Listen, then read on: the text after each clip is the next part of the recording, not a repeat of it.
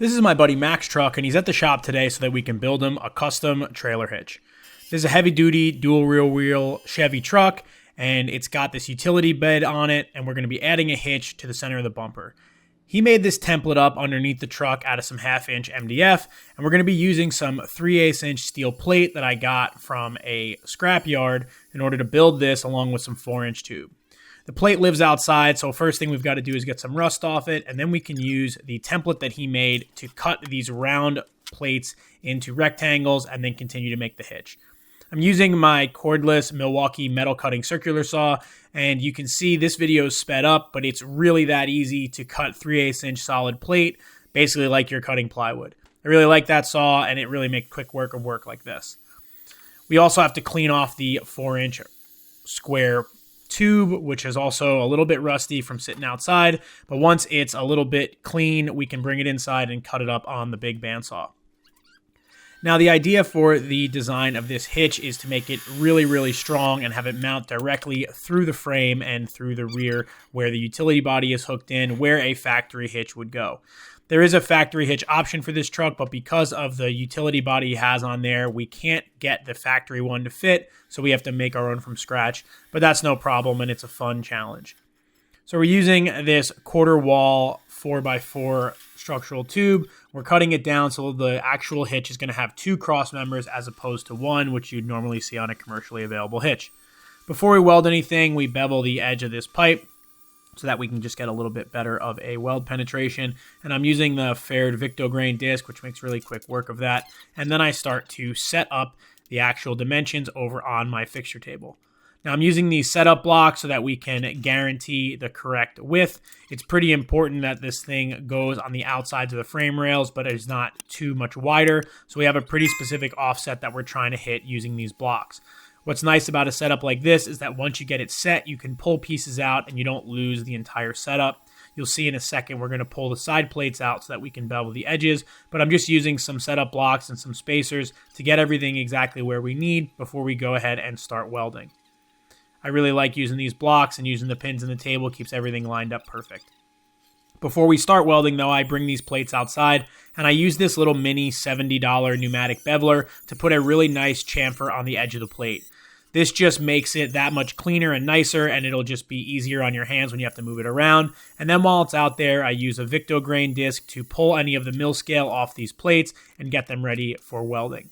I watched a video that my buddy Jody at Welding Tips and Tricks created about the difference in welding with mill scale removed and mill scale not removed, and it does make a pretty big structural difference, and I obviously want this to be strong, so we take the time to grind that mill scale off the 3/8-inch plate. Now, with everything set up, I want to change my welder over from solid wire to dual shield flux core wire. The dual shield wire in this Lincoln Power Mig 360 will get a little bit better penetration, and it'll create just a stronger weld overall because I am welding 1/4 to 3/8. And while there is a bevel, I want to make sure this is an extremely strong assembly because it's going to be towing a trailer that'll weigh probably close to 10,000 pounds when it's loaded. Mac just got a dump trailer for his general contracting business, and the idea is that he can save on dumpsters and get the trailer into tighter places than having to actually bring in a 10-yard container and offer that to his clients. Mac runs a local general contracting company in my town in Long Island, and him and I try to work together to both make each other's businesses kind of more efficient. So I'm happy to do a project like this, and it's always a good experience to make something new. So you can see we're going super heavy with this thing in general. We've got those 2 4x4 tubes spanning between the 3/8-inch plate, and the 3/8-inch plate is pretty big. It's 18 or 16 by 20. And once we get all those welds done, we actually are going to go over to the plasma table and cut the little safety chain plate.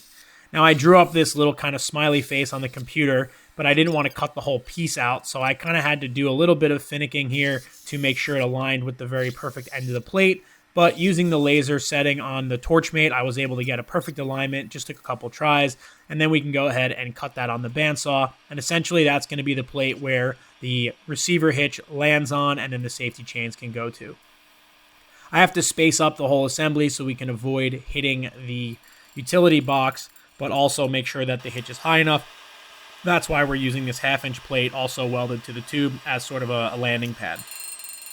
Now with the dual shield, you get some slag, so I chip it off with a hammer. And for the actual receiver hitch, we're using a 24-inch Curt receiver hitch that I bought on Amazon. This is prefabricated and rated, so all I have to do is weld this to the assembly and we'll be good to go.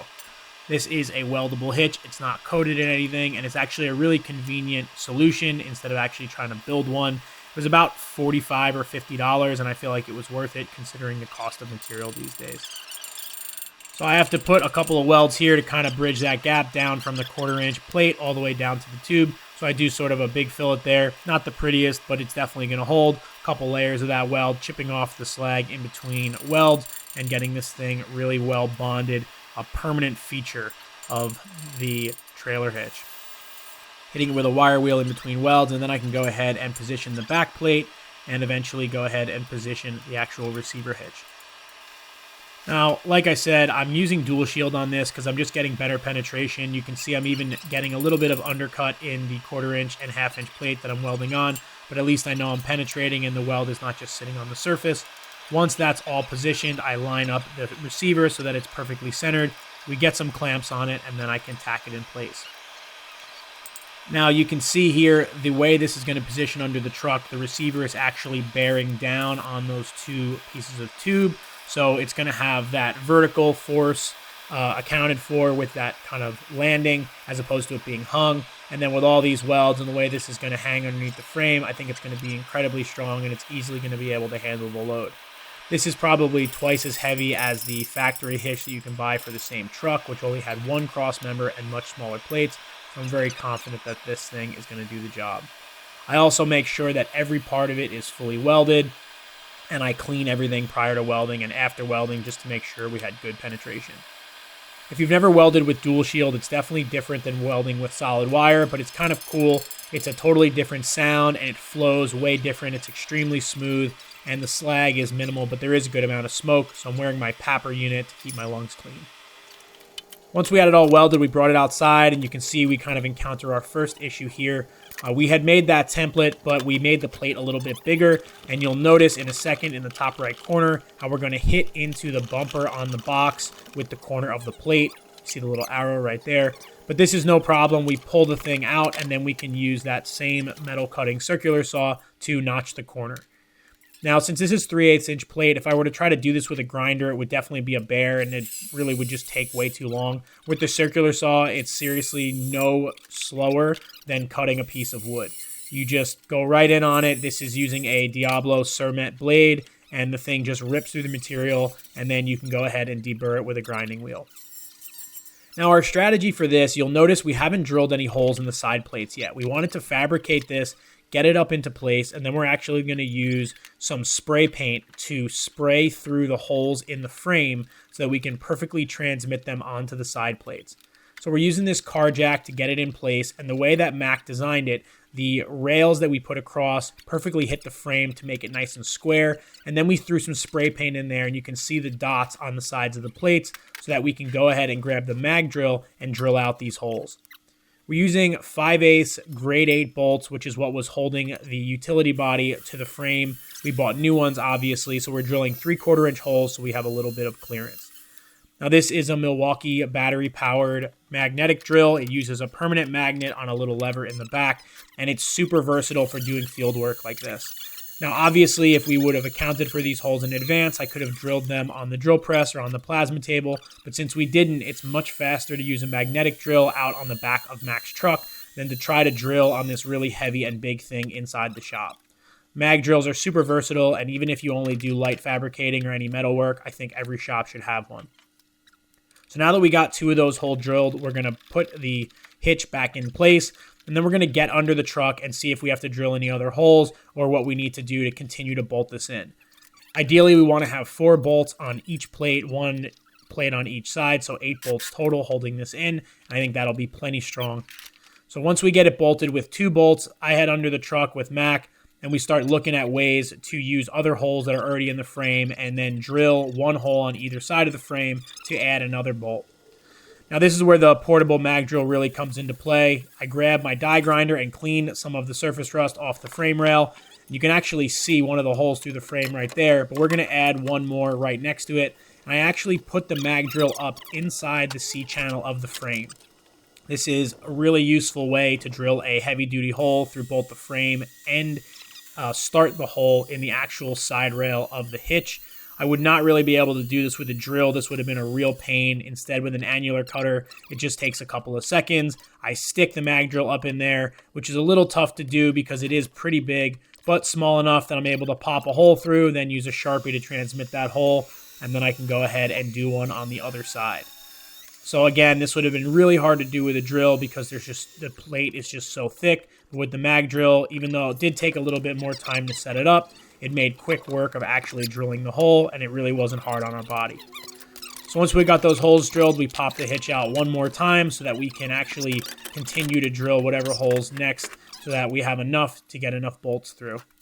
So we actually had 3 additional holes that we would drill in the side plates of the hitch, which I did again with the mag drill super fast, 3/4 inch holes, and then clean up all the swarf that drops out. And then Macklin can go ahead and prep this thing for paint while I work on the bumper. He's degreasing the whole thing and then hitting it with some self-etching primer, which he's going to let dry, and then he's going to hit it with some Rust-Oleum flat black spray paint.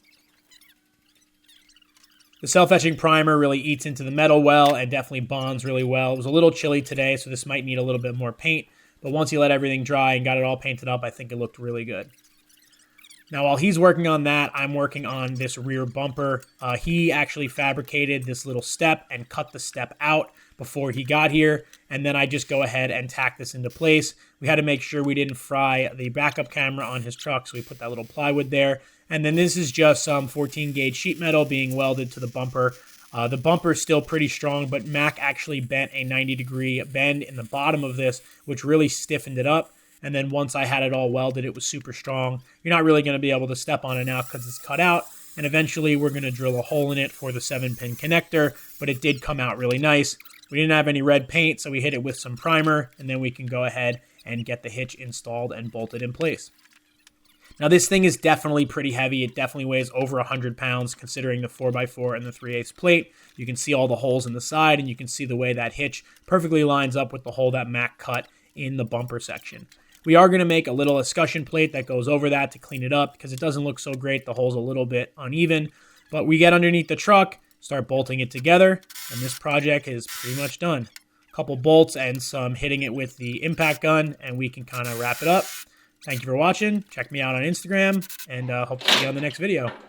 Oh, we're done. Yeah, but you hit the nylon. So. Okay. You say so. Wait, what bolts? Just what like that. Did you put on? The nylons. Why do I have 2 extra? Then you got 2 extra. I don't know. I put nylons on all of them. What did I do? What did I do? If those are there, then what did we put under the truck? You ever finish a project and have a couple extra nuts and bolts that you just can't account for? Well, you're not alone. Thanks for watching.